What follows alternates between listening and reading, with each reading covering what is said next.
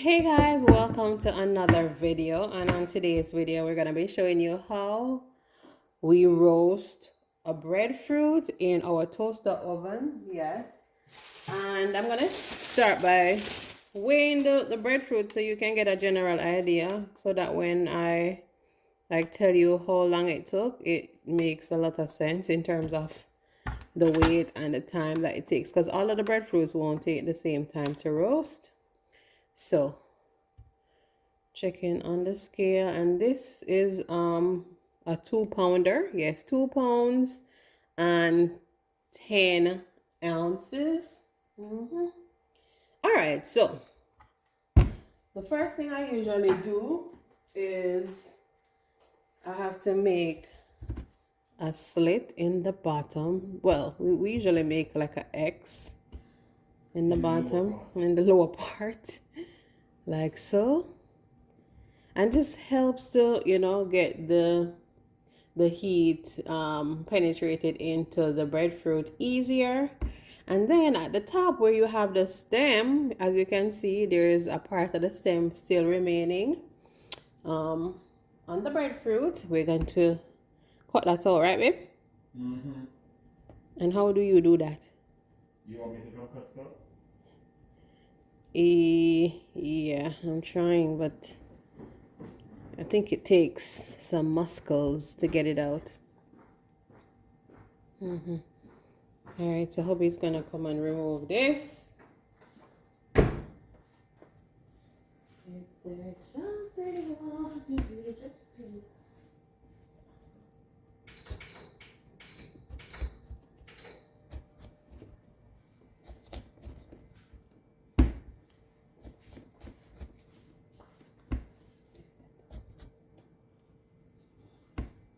So you just take it out like so. Okay. Pretty much like so. And do you punch at the top too, or just the bottom? No, you're not punch at the top. Okay. That's it. That is it, right?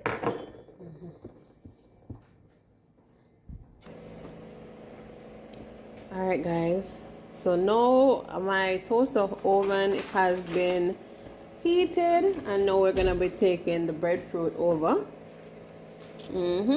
Taking the breadfruit.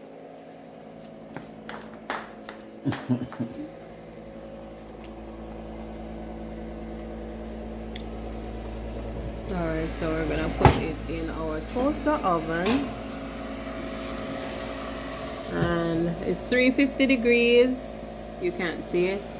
30 minutes at 350 degrees to start, and then we will check on it and see if it's done. Alright guys, so it has been 30 minutes, and I took the breadfruit out of the oven.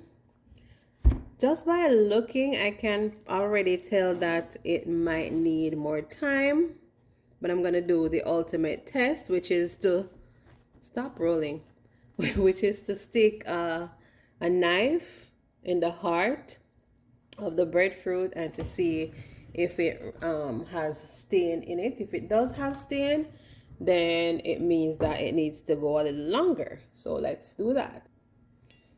All right, so I have this pointy knife. I'm gonna just insert it like so, and see, it doesn't insert easily. So just by the resistance that I'm getting, it means it's not soft enough for the knife to go through, and yeah, it needs to go back in. So I'm gonna put it in for maybe another 20 minutes, and that should do the trick. So let's get going. All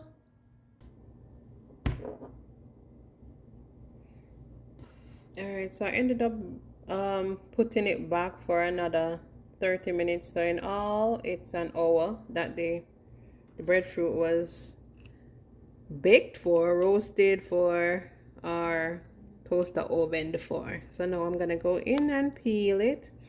And I left the breadfruit. I didn't remember to tell you guys that I left the breadfruit in a plastic bag overnight, deliberately, because I kind of wanted it to get turned, ripen a little bit.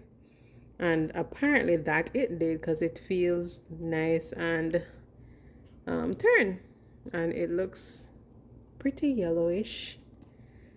Hopefully it is a great one. It looks like a good one. So once it cooled down, I allowed it to cool down for a little bit, and I'm able to hold it. Otherwise, if you try hold it straight out of the oven, it's a problem. You'd get burned. So just peeling.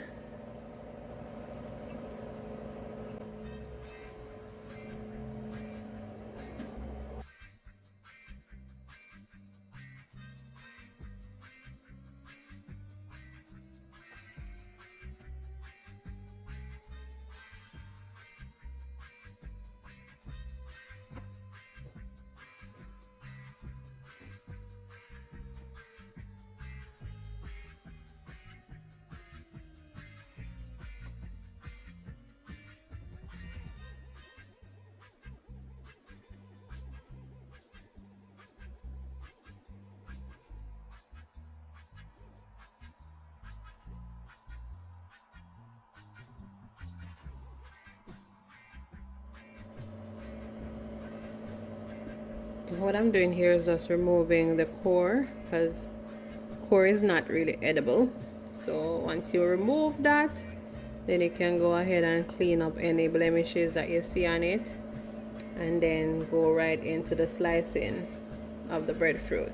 Now breadfruit, if you might know, can be eaten as is in its roasted state, or you can go ahead and fry it. That's a favorite. A lot of people like to fry it after it's roasted, so you get a nice crispy texture, crunchy and crispy texture, and that is my preference too. So we might do some fried as well as eat some just as is.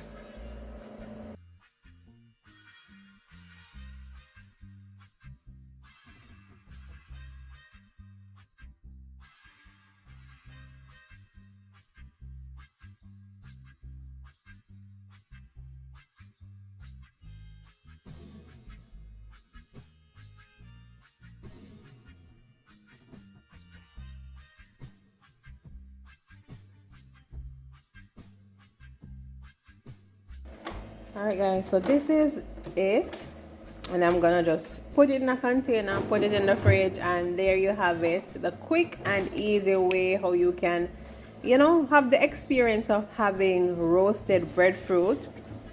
You know, if you don't have outdoor stove, which we're used to with the smoke and all that, you can still improvise and do it inside using your traditional conventional oven or your toaster oven, and you're good to go.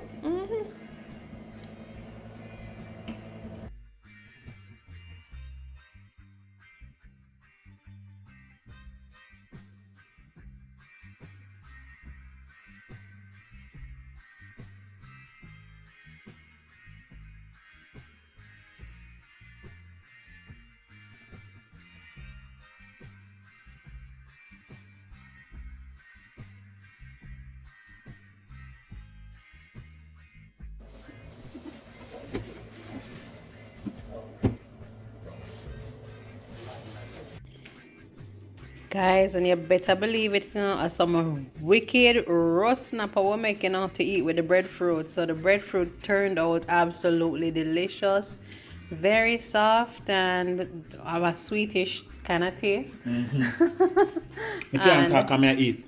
Yeah, he's getting down. But guys, this was a winner. So do not feel like you cannot participate in your culture because you don't have the ideal circumstances. Turn it on, make fashion, bake, toaster oven, anything. Roast or fry, roast or fry. Roast or fry, roast or fry.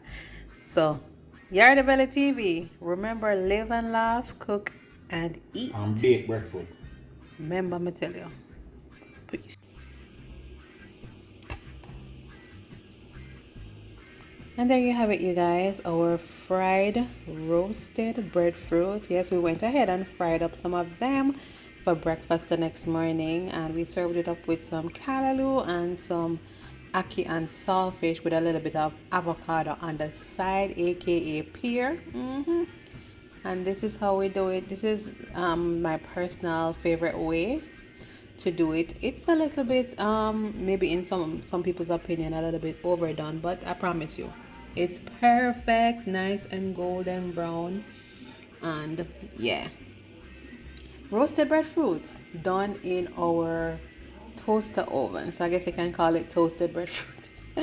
Yeah, so we're just showing you that you can turn your hand, make fashion. You might not have the outside wood fire to roast your breadfruit like we traditionally do in Jamaica, but hey, what we have is what we use. And as usual, Yardie TV coming to you with another banger. Be sure to stay tuned and subscribe if you're not yet subscribed, and share the video with a friend or a family, and we will talk to you on the next one.